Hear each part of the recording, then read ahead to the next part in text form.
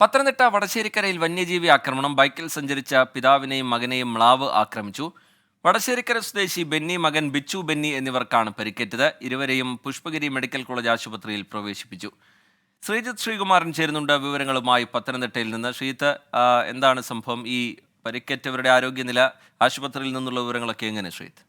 Figure ഇത് അല്പം ഗുരുതരമാണെന്ന് പറയാതിരിക്കാൻ കഴിയില്ല. കാരണം തലയ്ക്കാണ് ഈ ബെന്നിക്ക് പരിക്കേറ്റിരിക്കുന്നത്. ഇന്ന് രാവിലെയായിരുന്നു മകനെയും കൂട്ടി ബൈക്കിൽ ഇരുവരും പോയിരുന്നത്. ആ സമയമായിരുന്നു ഒരു മ്ലാവ് ഈ ബൈക്കിന് കുറുകേക്ക് ഓടി വരികയായിരുന്നു എന്നാണ് പറയുന്നത്. ഉടൻ ഇരുവരും തെറിച്ചു വീണു.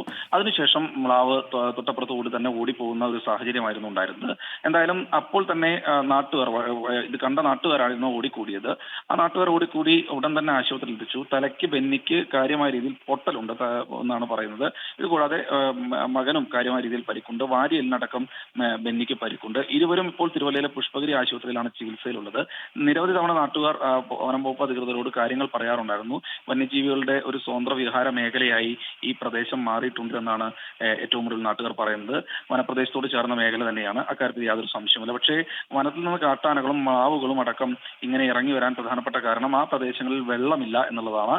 ആ മേഖലയിൽ വെള്ളം എത്തിക്കാൻ കിടങ്ങുകളടക്കം പണ്ട് കുഴിച്ച് ഇത്തരത്തിൽ മ്ലാവുകൾക്കും വന്യജീവികൾക്കും വെള്ളം കൊടുക്കുന്ന, അല്ലെങ്കിൽ അവർക്ക് അവിടെ തന്നെ വെള്ളം സജ്ജീകരിക്കുന്ന ഒരു സംവിധാനം ഉണ്ടായിരുന്നു. അതിപ്പോൾ ഇല്ല എന്ന് പറയുന്നു.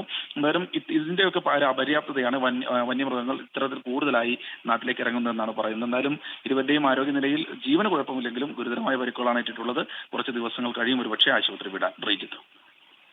ശരി, ശ്രീകുമാരൻ വിവരങ്ങൾ നൽകുകയായിരുന്നു.